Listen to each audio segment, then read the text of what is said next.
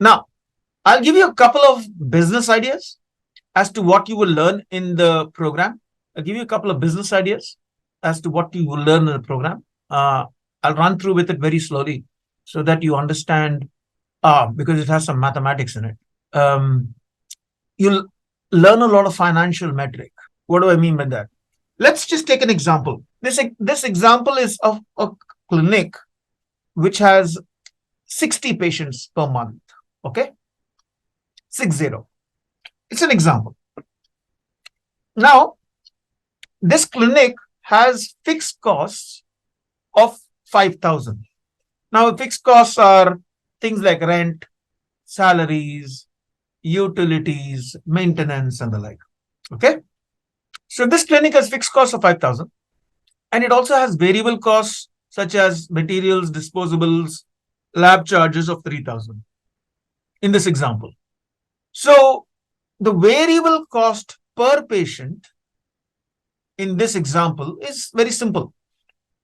It's the variable is equal to the variable cost divided by number of patients. So it's 3,000 divided by 60. So you get a number which is 50, right? Up to now, easy. Let's just say that this practice earns about 200 rupees per patient in this example, right? Now, the total revenue, therefore, is very simple. It's revenue per patient multiplied by 60, which is your total number of patients, which is 12,000. Up to now, very simple, right? We all do this calculation. Profit, therefore, is revenue minus all the costs, which is 12,000 minus 5,000 plus 3,000, which you get as a total of 4,000. Now, usually we calculate this much and we feel very happy about the fact that we are profitable. But turns out it's not enough. Now, what is not enough? We feel happy with this number. We're saying, oh, but then what else can we learn from these numbers? What we can learn is this. Now, we got this 4,000 from the example from the previous slide, right? What else can we learn? We learn something called contribution margin. You might not have heard of this word. It is revenue per patient minus the variable cost per patient. Revenue per patient is 200, which you got here, right? And the variable cost per patient we got from here, which gives you 150. Right? Now, what else can we learn?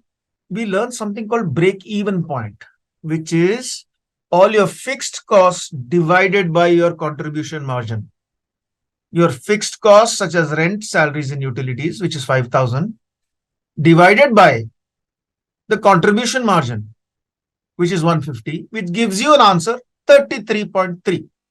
Now, you're thinking, what is this break-even point? What is 33.3? What it simply means is, you need at least 33 patient treatments for you to break even in that month. Different metric entirely to simply understanding your profit. So break-even point is the point at which total revenue equals total costs, resulting in zero profit or loss.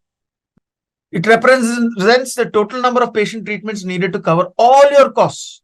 If you price yourself lower or discount, you have to see more patients to break even. That's what it means.